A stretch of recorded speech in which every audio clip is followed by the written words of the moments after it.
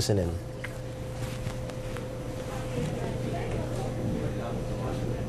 And to the CIDG commander. Kaya ngayon, kung ganyan pa rin kalawak ang weteng, simulang 2010, nang na-appoint itong si Mr. Puno, hanggang ngayon nag-retire na siya. Anong ginawa niya para supuin itong weteng na ito? Sino ang puprotekta ng weteng? That is the most obvious question.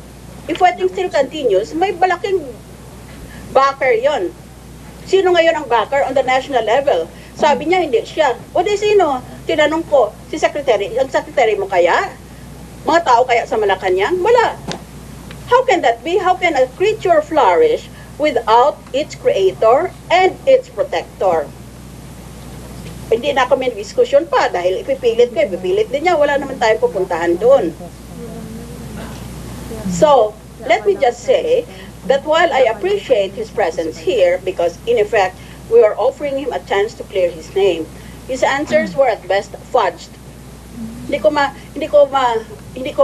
mahuli ang lohika ng pinagsasabi niya. Yeah, go ahead. Bakit hindi po pinursu kanina yung tungkol sa pagpunta niya doon sa condo units and offices ni Secretary Robredo? Eh kasi, as a former RTC judge, alam ko, kung ipilit ko yan, ipipilit pa rin niya yung sagot niya na, kasi dokumento ang buto sa akin. Di lahat ng dokumento, sa opisina man o sa bahay man, pupuntahan ko. Yun ang sagot niya eh. Pero ma'am, may na-violate ba siya? Since na yung mga document is contained with the so-called sa pagbili ng mga baril. Yung procurement ng baril. Isa sa mga iniimbestigahan is yung procurement ng baril. Is the? Procurement of the... Procurement. Sinasabi nga niyang observer lang siya, pero yung bidding process, nagsalita siya. Tinawag niya lahat ng suppliers. Nilikop niya silang lahat, nakikinig sa kanya. Sabi niya, huwag na kayong masalimuot pa. Mamaya ay may failure of bidding eh. Pagkatapos, diretso na nila ang bidding. Hindi siya observer doon dahil sinasabi niya, wala akong pakialam, observer lang ako. Siya ang nagsabi, nagpapayo lang daw siya. May violations siya doon. On that particular note, may violation doon si Yusek Puno. Well, under the Government Procurement Act, dapat ang Bid and Awards Committee lang ang naghahawak niyan.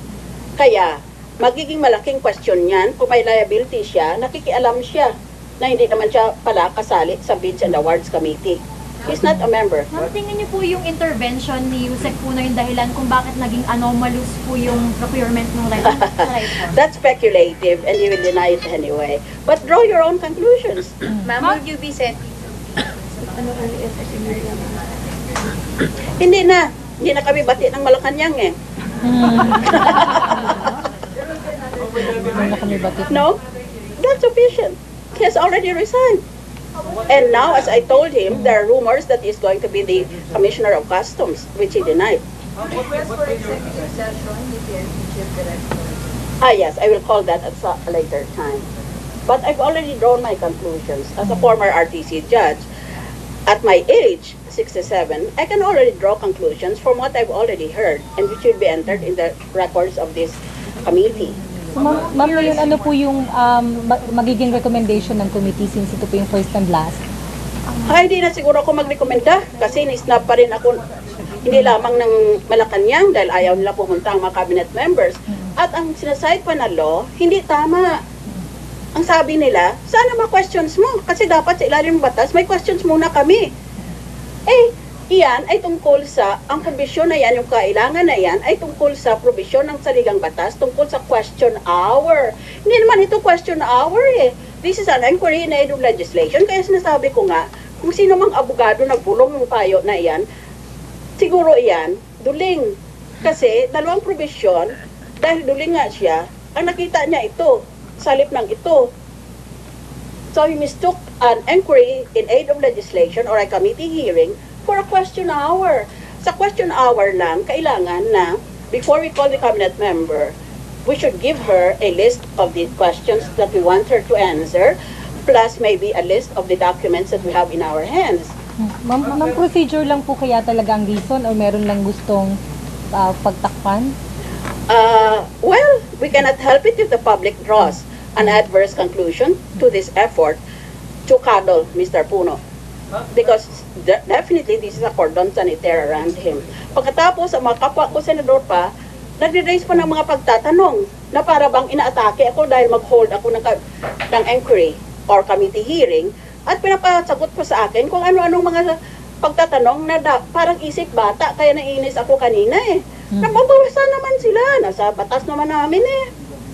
I'd just like to clarify, you won't issue recommendations so wala mong Ay, kasi hindi rin nila susundin eh. Judging by their absence this afternoon, tinawagan lang yung si Senator Alan, si Senator Coco.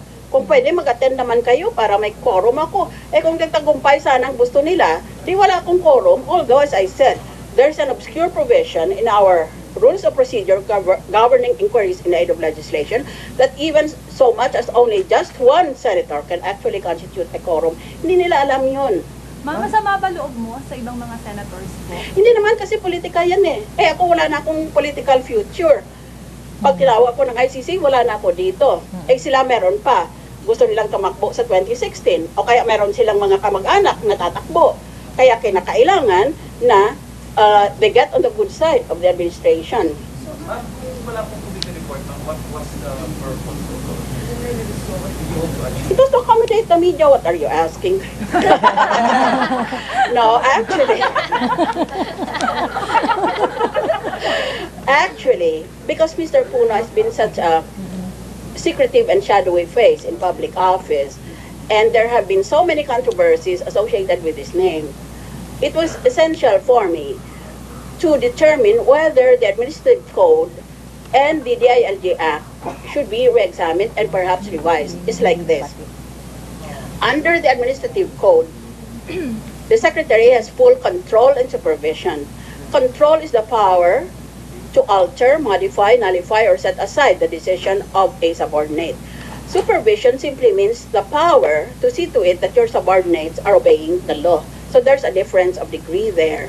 Ngayon, ang sabi ng Administrative Code, there shall be an Undersecretary for Peace and Order without specifying whether his control or supervision or none at all over the agencies that fall under his competence or under his jurisdiction. Kailangan papalitan yan. And by the way, I want to tell you that under the Administrative Code, the President can appoint an Undersecretary only upon nomination by the Secretary of that department. So I wanted to know, hindi ko lang naitanong kanina, were you nominated by your Secretary? Because otherwise, your appointment would then become legally defective. So yan ang tinitingnan natin.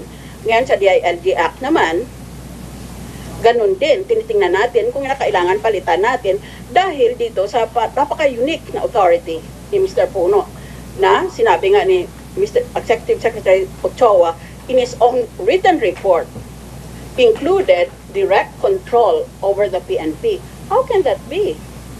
Because only the Secretary can exercise control. Ma'am, Sir, ma'am, is it credible pa rin for other posts in the government? Well, he said, there's no evidence against me, sue me.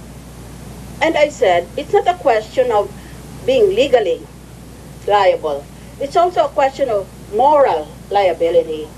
Because walang ebidensya si Archbishop Cruz. Kaya in effect, nasabihan niya si Archbishop, nung totoo ang mga pagsasabi mo, pinangalanan niya talaga si Mr. Puno in 2010, as early as that.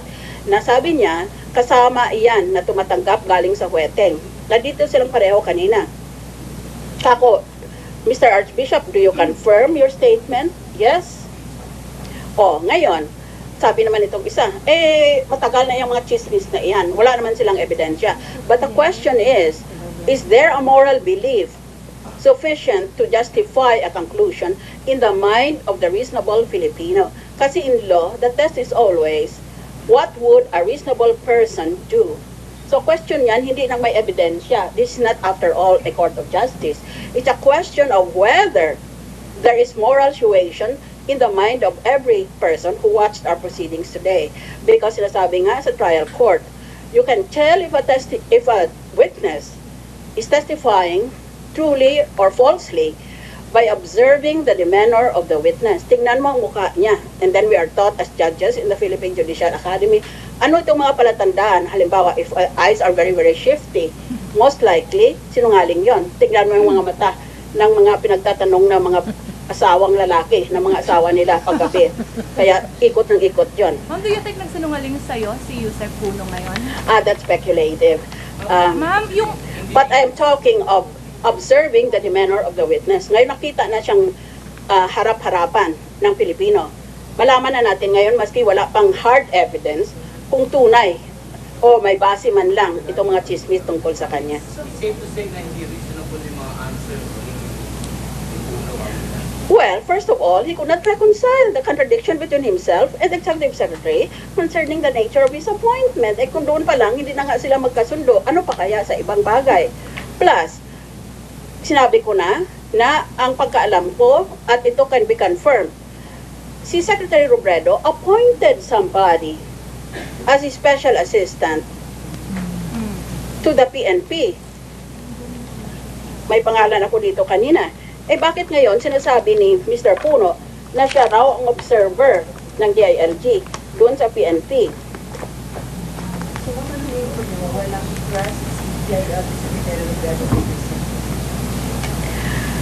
Well, apparently, Secretary Robredo, the system appointing his special assistants for certain crimes. For example, one special assistant for the police, one for, or his representative, no? One for illegal logging concerns, and other major crimes in our country. Kaya hindi pwedeng sabihin na observer siya sa ganito at sa ganyan kung wala siyang ganong assignment. Ma'am, ano pong ibig sabihin ng hindi na kayo bate ng Malacanang? Ay, ayaw nila akong tulungan dito sa ating pagpupulong para lang malaman natin anong totoo. Kaya nga lumapit ako kay Secretary Puno kanina dahil siguro natakot yan. Nagbibiro lang naman ako that there will be sound and fury. But we want to get at the truth. That is the purpose. This is a legislative inquiry in aid of legislation. Bago kami kikilos na palitan o amendahin ang Administrative Code at ang DILG Act, makinig muna kami kung anong mga kinakailangan palitan dyan. Kaya, nakakapagtaka kung bakit ayaw papuntahin ang mga cabinet members, bakit magsisinungaling ba sila? At, ang base pang legal, hindi yung tungkol sa committee hearing sa ating constitution, kundi tungkol sa question hour. Question hour is completely different. Eh, biro mo, Malacanang iyan, mali pang batas na sinasabi. Nilecturan pa ako sa batas. Ma'am, sino yung backer ni Yusek Puno? Sabi niyo po may papangalanan kayong backer niya. Eh, hindi naman kasi garapal kanina mga pinagsasabihan. Kung napagalit sana niya ako, baka lumipad ako doon. Oo, dahil pinagtanggol ni Ochoa eh. Sabi ni De Lima, may kasalanan yan. I-filean mo ng charge yan, hindi lang administrative, pati pa kriminal. Ganon siya katindi. Eh, sinabi ni Ochoa, hindi, wala siyang kasalanan. So Yusek Ochoa, ma'am, yung backer? Siya yung backer. Si Ochoa, hindi. Kasi ang backer niya, hindi taga Malacanang. Senador, ma'am? Senador? No. That will die with me if they shoot me today. But maybe some other day will reveal. Pag na-pressure na ako ng husto, kasi halimbawa sa impeachment trial, nag-upa ang Malacanang press office ng character assassin, yung taga-panira nila, na siya din nanira sa akin noong 1992. Nag-invento yan eh. Ngayon, nakatira siya doon sa San Francisco, Filipino-American siya, siguro nagpa-naturalize doon. At na-discover ko na ito palang sulan nilang ito ay na-disbar ng San Francisco Supreme Court dahil ninakaw niya ang pera ng kliyente niyang babaeng Pilipina din ng mga $300,000 US. Kaya ganun ang ginawa na meron daw silang kampanya na i-disqualify ako ng ICC. Wala naman sa batas yan ng ICC dahil marami raw akong depektong. Ayan ay paninira lang talaga. Ngayon kung gagawin naman sa akin yan dahil dito, pangalanan ko na talaga ang backer niya dahil hinahamon na nila ako eh. Ang taga-PAGCOR po ba? PAGCOR? Hindi. Privado. Ma'am, tingin niyo po may dapat i-amend sa batas or sa execution yung problema, parang they're making exceptions for Yusek Puno? Yun. Yung, for example, the statement by the Executive Secretary directly in charge of PNP affairs. Abalabag sa batas yan So, what changes will you propose sa DILG? Pag-aralan ko muna kasi kita mo. Hindi naman basta-basta. Yeah, and just talk to the media. Kasi hindi naman interesado mga senador makinig sa akin eh. Mamaya nag-file ako ng committee report, hindi pa nila aprobahan. Hindi rin kami bati ng mga senador. Declaration of war ba yun, ma'am? I'm not aware that I have any infectious disease. I don't know why nobody wants to come. Mama, second hearing. Huh? Second hearing, papi, second hearing. No, this is the end. So under this administration, sabi ba natin na hindi na resolve ng wetting? Because Pinoy said that wetting is not his priority. Yes, if that quotation is correct, then echoing the reaction of Archbishop Cruz, I'm completely dismayed by the statement because wetting is so entrenched and it produces so much illicit income. It's extremely difficult to exterminate it unless Malacanang, meaning to say the office of the president, makes it a national priority. Masyadong, the roots have already gone down so deep that it will be very difficult to exterminate. So titigil lang po ang categorical statement ng Palacio ng Indonesia. Yes, if it just said, if the president simply said, I will file administrative cases against every governor of a province, against every mayor of any town or municipality, balik na naman sila. Pero kung decidido talaga ang presidente, kaya niya yan. I-sustain yung campaign na yan. Ma'am, without any categorical statement from the president, tantamount to para blessing po ba yun sa wetting operation? Hindi naman. I'm sure that he does not intend to give the impression that he is acquiescing to the wetting situation. Kung sabi lang niya, ang dami ko pa munang harapin, saka na lang iyon. Left priority. To be fair to him. Okay, thank you. Thank you, ma'am. Yes. Senator William Defensor Santiago. So, Pati kami na. Nagalit ka rin ngayon, dahil sa ibang mga pagdinig, hindi siya gagawa ng anumang committee report. Total, sabi niya, All right, you just saw Senator Miriam Defensor Santiago, the chairman of the Committee on Constitutional Amendments, giving her press briefing and her thoughts after she wrapped up the committee hearing with regards to questioning the DILG and the former Undersecretary of the DILG, Rico Puno. She said that she appreciated his presence, although she was not happy with his answers.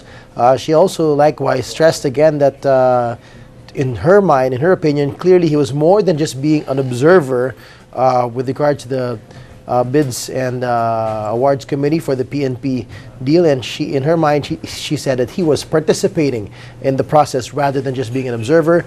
And with regards to Malacanang snubbing of the or no-show of the other cabinet secretaries, she feels that they mistook the committee for a question hour rather than a committee hearing. We'll be giving you more details in the succeeding newscast, but that's Dateline Philippines for now, the 14th of September 2012. I'm TJ Manotok. Stay tuned for News Now. Keep it here on ANC.